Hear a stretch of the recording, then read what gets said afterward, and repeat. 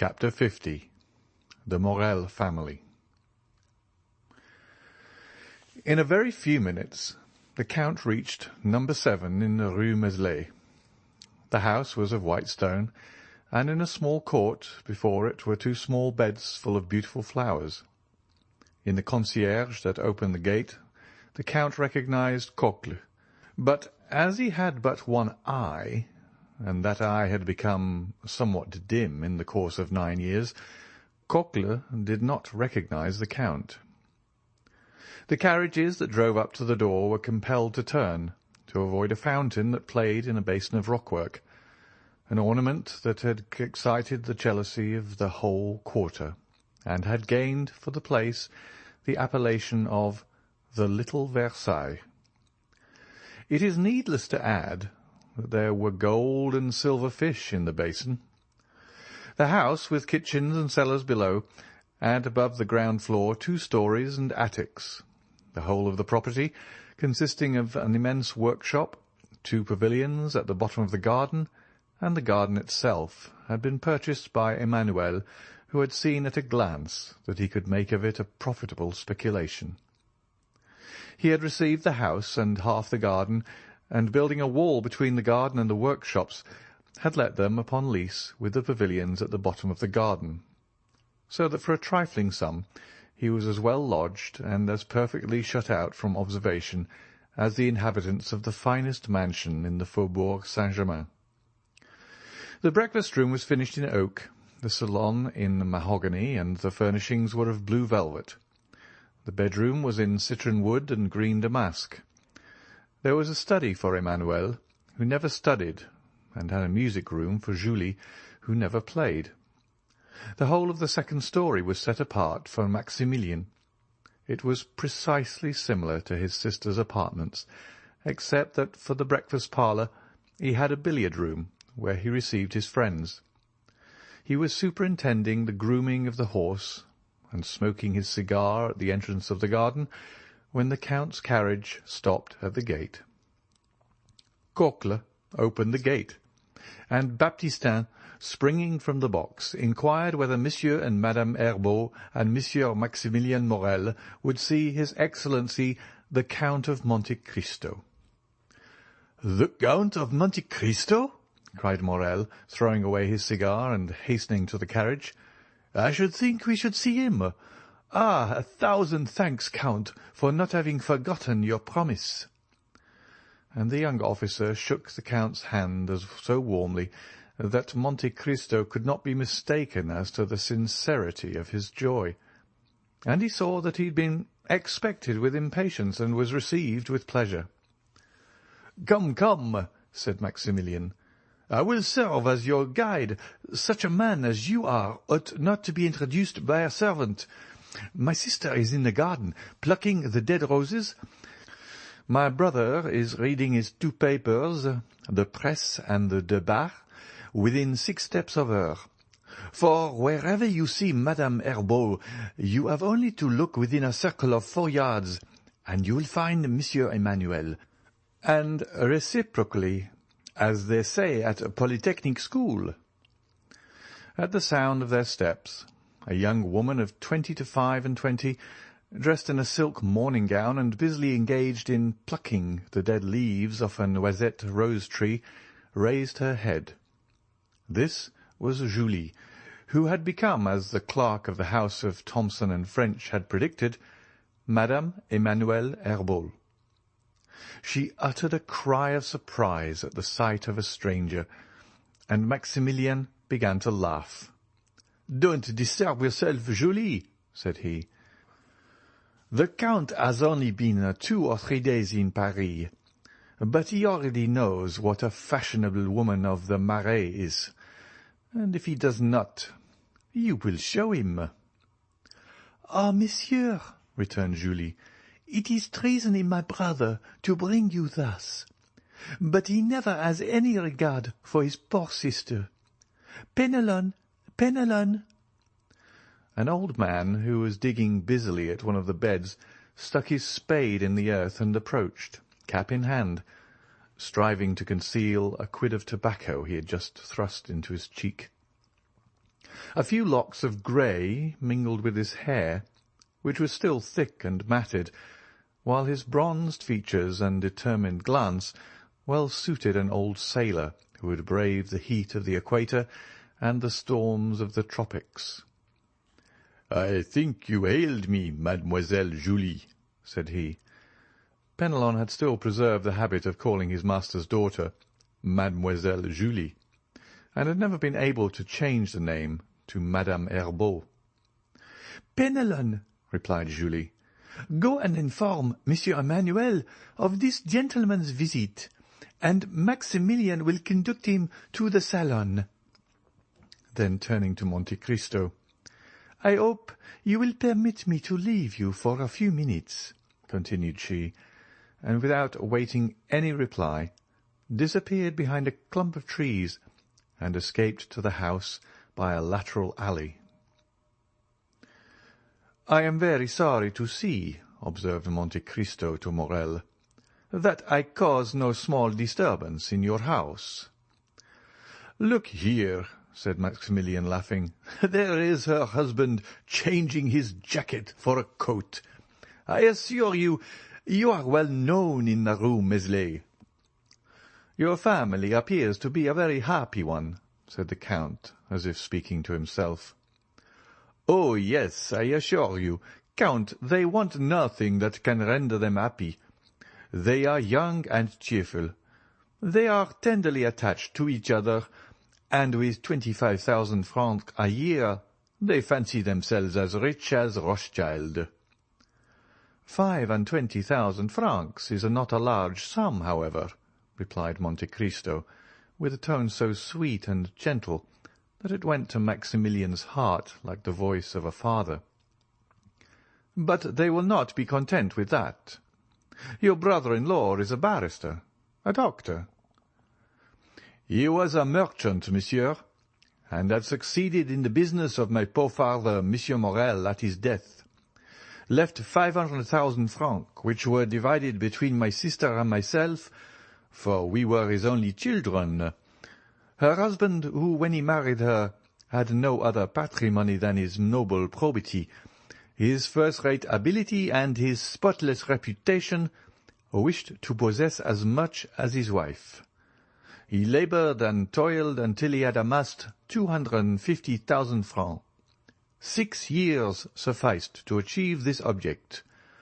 Oh, I assure you, sir, it was a touching spectacle to see these young creatures destined by their talents for higher stations, toiling together, and through their unwillingness to change any of the customs of their paternal house, taking 6 years to accomplish what less scrupulous people would have effected in 2 or 3. Marseille resounded with their well-earned praises. At last, one day, Emmanuel came to his wife, who had just finished making up the accounts. "Julie," said he to her, "Cocle has just given me the last rouleau of 100 francs. That completes the 250,000 francs we had fixed as the limits of our gains. Can you content yourself with the small fortune which we shall possess for the future? Listen to me. Our house transacts business to the amount of 1 million a year, from which we derive an income of 40,000 francs. We can dispose of the business, if we please, in an hour, for I have received a letter from Monsieur Delaunay, in which he offers to purchase the goodwill of the house, to unite with his own, for 300,000 francs. Advise me what I had better do." "Emmanuel," returned my sister, "the house of Morel can only be carried on by a Morel. Is it not worth 300,000 francs to save our father's name from the chances of evil fortune and failure?" "I thought so," replied Manuel, "but I wished to have your advice. This is my counsel. Our accounts are made up and our bills paid. All we have to do is to stop the issue of any more and close our office." This was done instantly. It was 3 o'clock. At 1:15, a merchant presented himself to insure 2 ships. It was a clear profit of 15,000 francs, monsieur, said Emmanuel. Have the goodness to address yourself to Monsieur Delaunay. We have quitted business. How long? Inquired the astonished merchant. 1/4 of an hour, was the reply. And this is the reason, monsieur, continued Maximilian, of my sister and brother-in-law having only 25,000 francs a year. Maximilian had scarcely finished his story, during which the Count's heart had swelled within him, when Emmanuel entered, wearing a hat and coat. He saluted the Count with the air of a man who is aware of the rank of his guest. Then, after having led Monte Cristo around the little garden, he returned to the house. A large vase of Japan porcelain, filled with flowers that loaded the air with their perfume, stood in the salon. Julie, suitably dressed and her hair arranged, she had accomplished this feat in less than 10 minutes, received the Count on his entrance.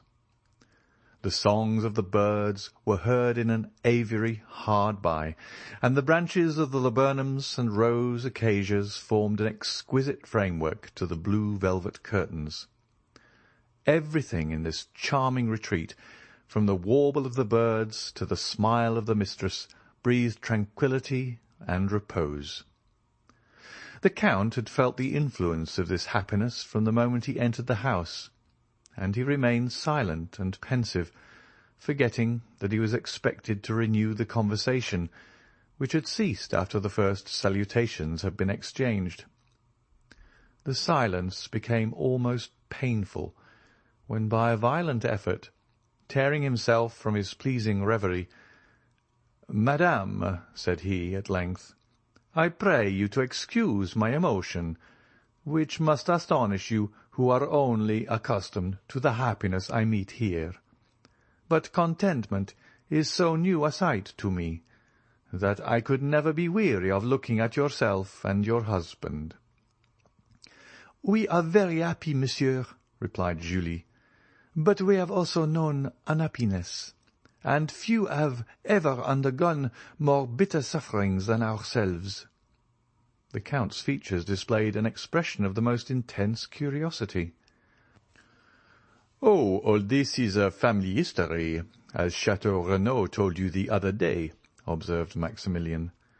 "This humble picture would have but little interest for you, accustomed as you are to behold the pleasures and the misfortunes of the wealthy and industrious, but such as we are, we have experienced bitter sorrows. And God has poured balm into your wounds, as he does into those of all who are in affliction?" said Monte Cristo inquiringly. "Yes, Count," returned Julie, "we may indeed say he has, for he has done for us what he grants only to his chosen. He sent us one of his angels."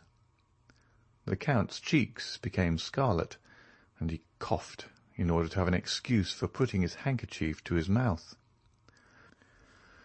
"Those born to wealth, and who have the means of gratifying every wish," said Emmanuel, "know not what is the real happiness of life, just as those who have been tossed on the stormy waters of the ocean on a few frail planks can alone realize the blessings of fair weather."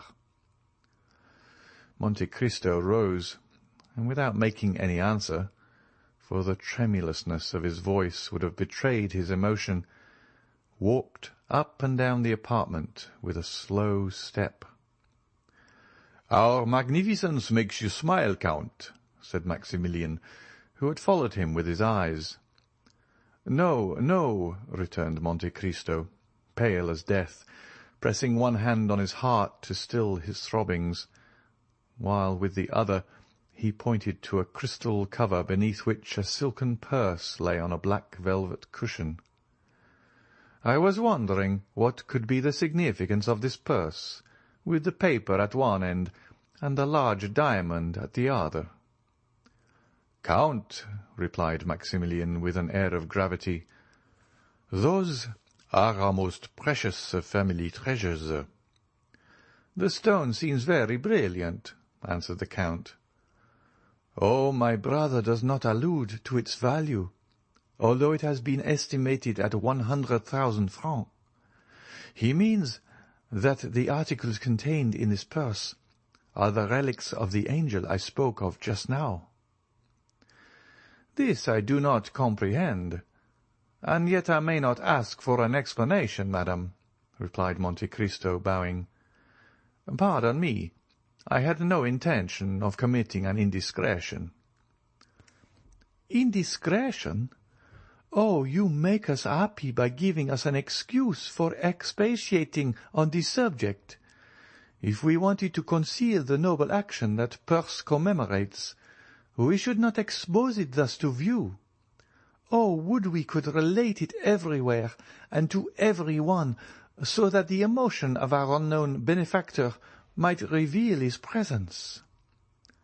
"Ah, really?" said Monte Cristo in a half-stifled voice. "Monsieur," returned Maximilian, raising the glass cover and respectfully kissing the silken purse, "this has touched the hand of a man who saved my father from suicide, us from ruin, and our name from shame and disgrace. A man by whose matchless benevolence we poor children, doomed to want and wretchedness, can at present hear every one envying our happy lot. This letter—" As he spoke, Maximilian drew a letter from the purse and gave it to the Count. "This letter was written by him the day that my father had taken a desperate resolution, and this diamond was given by the generous unknown to my sister as her dowry." Monte Cristo opened the letter and read it with an indescribable feeling of delight. It was the letter written, as our readers know, to Julie, and signed Sinbad the Sailor. "Unknown, you say, is the man who rendered you this service? Unknown to you?" "Yes, we have never had the happiness of pressing his hand," continued Maximilian. "We have supplicated heaven in vain to grant us this favour, but the whole affair has had a mysterious meaning that we cannot comprehend. We have been guided by an invisible hand, a hand as powerful as that of an enchanter." "Oh," cried Julie, "I have not lost all hope of some day kissing that hand, as I now kiss the purse which he has touched. 4 years ago Penelon was at Trieste. Penelon, Count, is the old sailor you saw in the garden, and who, from quartermaster, has become gardener.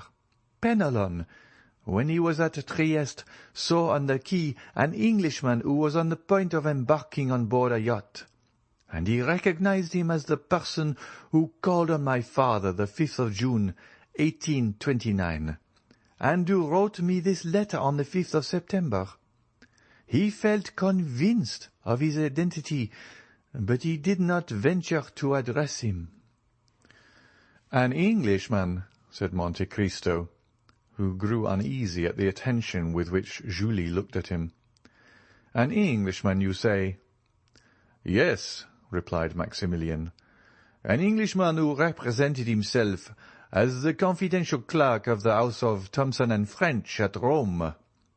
It was this that made me start when you said the other day at Monsieur de Morcerf's that Messrs. Thomson and French were your bankers. That happened, as I told you, in 1829.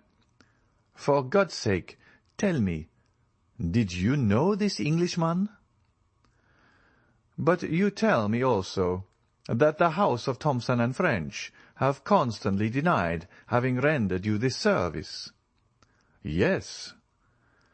"Then it is not probable that this Englishman may be someone who, grateful for a kindness your father had shown him, and which he himself had forgotten, has taken this method of requiting the obligation?" Everything is possible in this affair, even a miracle." "What was his name?" asked Monte Cristo. "He gave no other name," answered Julie, looking earnestly at the Count, "than that at the end of his letter, Sinbad the Sailor." "Which is evidently not his real name, but a fictitious one."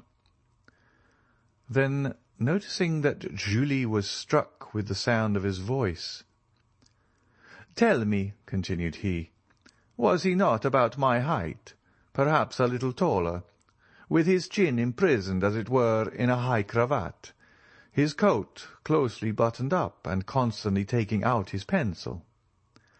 "Oh, do you then know him?" cried Julie, whose eyes sparkled with joy. "No," returned Monte Cristo, "I only guessed. I knew a Lord Wilmore, who was constantly doing actions of this kind." "Without revealing himself?"